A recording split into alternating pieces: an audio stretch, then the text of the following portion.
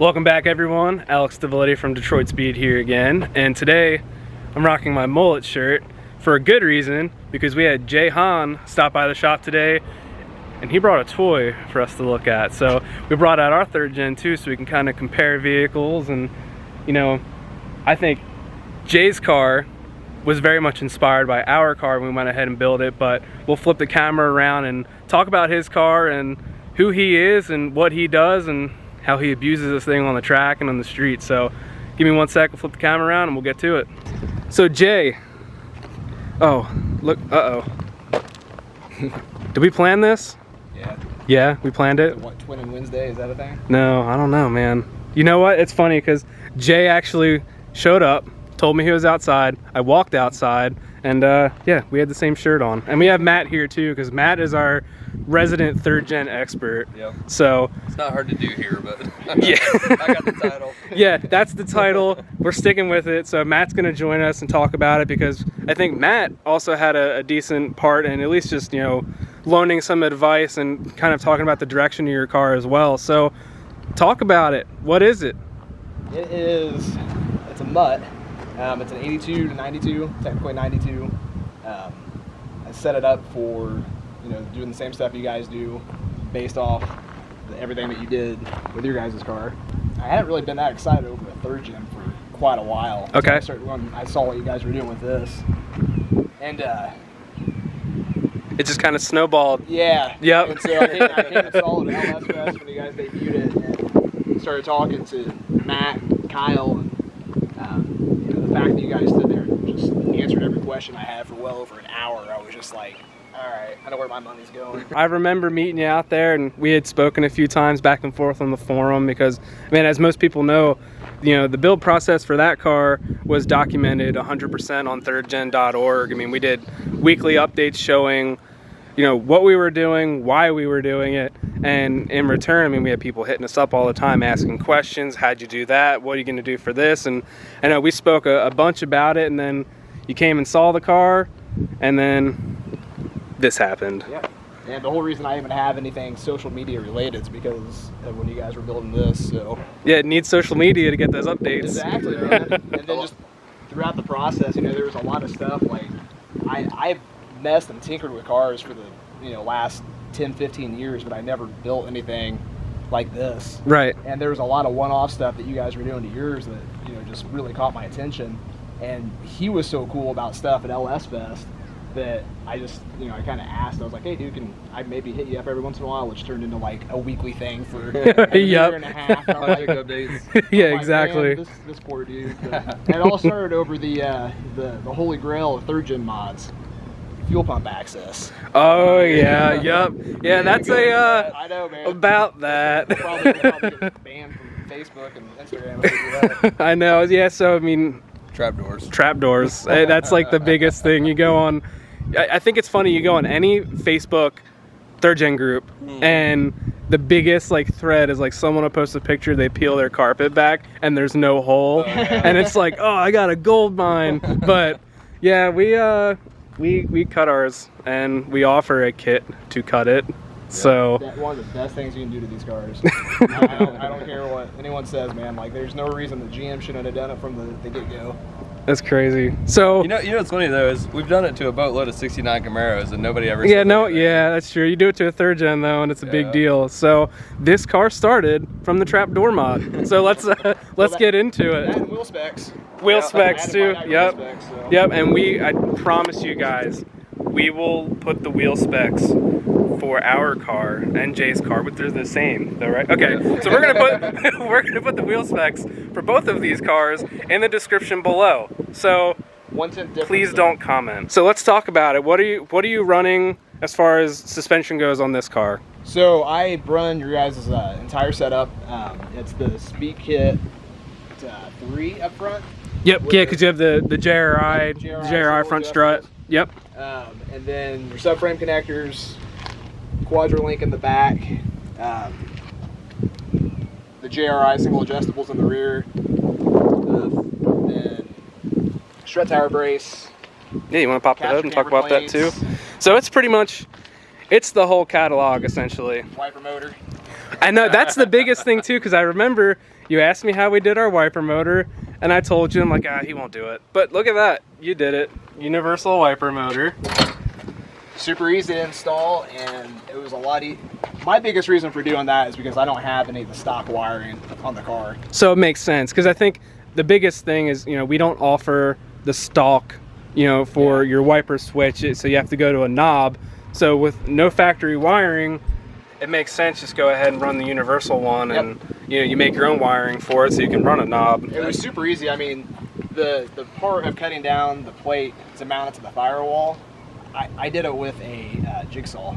Yeah. And a metal cutoff blade. So I mean, like, I don't have the greatest setup when it comes to fabrication tools as of yet, so I made it work. So I mean, it's a pretty straightforward, pretty easy setup. Yeah. And that's another big thing that really gets me about this car. It's completely garage built at home by Jay. So I mean, he did all the work. It's a home built hot rod that runs all of our 3rd gen suspension. Yeah, my buddy John Lampert actually did quite a bit of the fabrication work for me, because my welding skills are still on the up and up. Yep. But he helped do all the fabrication work on it. He's the one that actually painted it and did a phenomenal job. He also taught me a lot about bodywork, which bodywork's just not my thing. But yeah, he was a huge help in this. But, that's awesome. Yeah. It's always great to have that one buddy that you can call up and say, hey, can you weld this? Hey, you know what? It's funny, because Matt's that person for me. Whenever I need something, like, Matt. Right, what do we need? Yep, exactly. So yeah, having a buddy with a welder is it's necessary when you're building hot rods. Like you said, caster camber plates, strut tower brace. This is actually, what was the story on the strut tower brace? Because I think this is the first one. Yeah, this is prototype 1 of 3-point strut tower brace. I remember, I think we posted about it, and then we were telling you about it, and you're like, I want it, and then you got the first one. So but we had to send him the update because you had to get the tag. Yeah, you had to get the tag. Didn't have the mullet logo on it, but now it does. Well, what's hilarious about that is, I don't even remember, I think you guys were at a Good Guys event. I wasn't there. I saw a picture online, and the car was backed in next to the trailer and everything. You guys had the hood popped. And I was looking at it, and like I saw like the line going. I was like, I started blowing the phone up, and I saw what it was.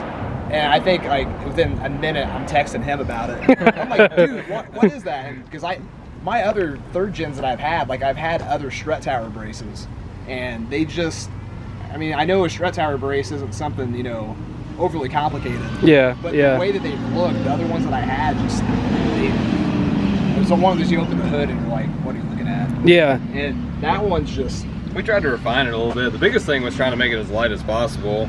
yeah. A lot of the stuff out there is pretty heavy and clunky, and It's a work.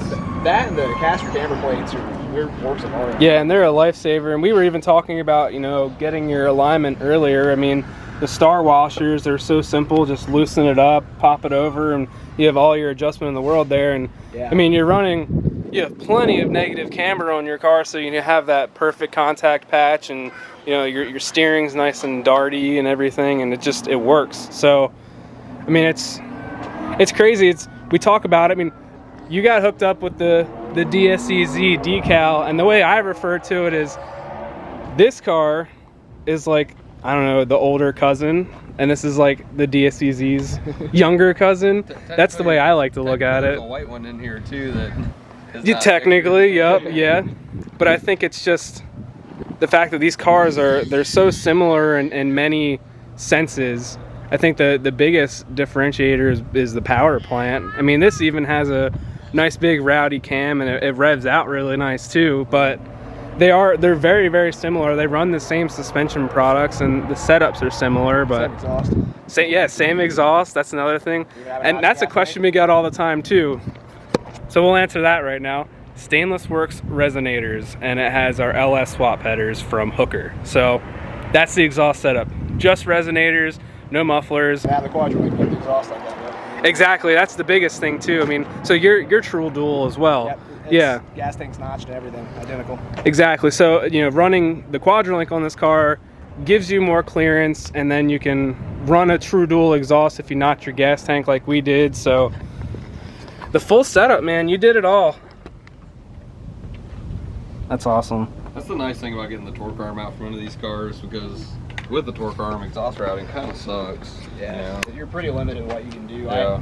I had a 3-inch True Dual on the other car, but I had to do the stock routing.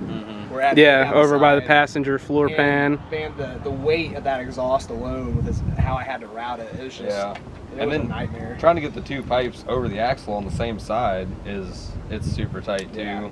They usually rattle. Yeah. This was a super straightforward setup, just straight down. I don't have a spool of a cross member, is what you guys have for your transmission. Yeah. I used the Hooker Blackheart one. Right. Yeah. It still gave you plenty of clearance to be able to tuck everything up. Man, I love the car.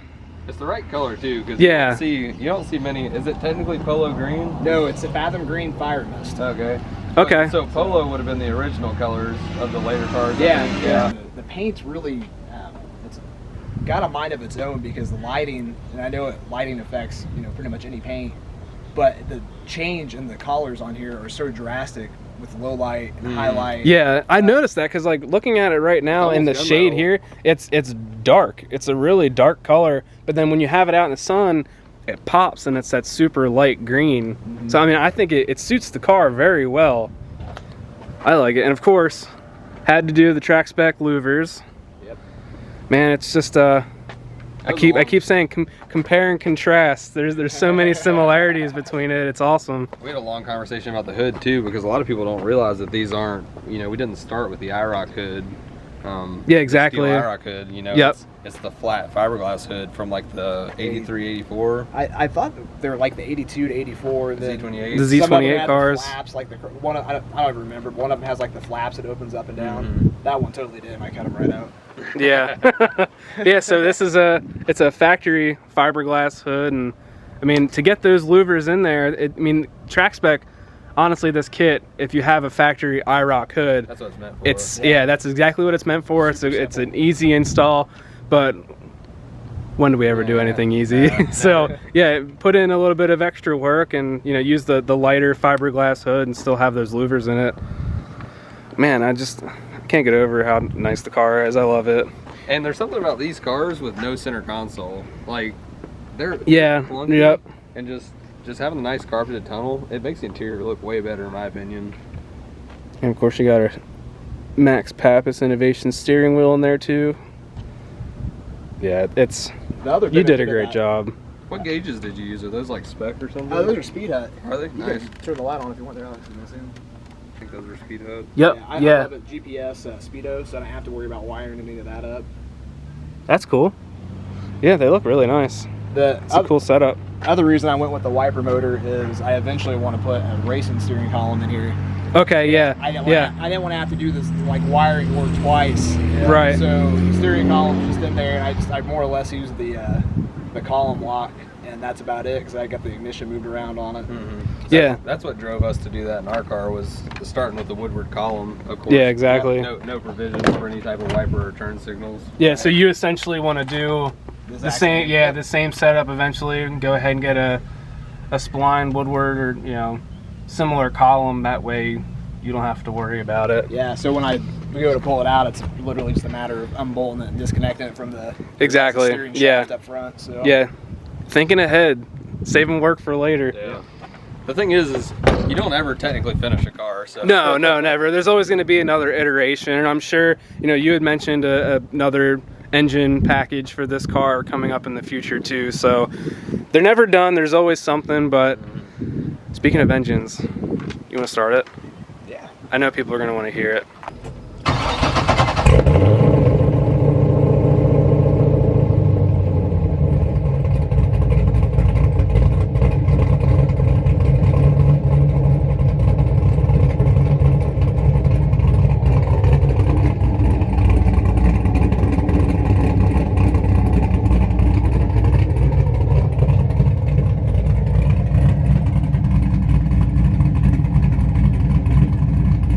Sounds so good.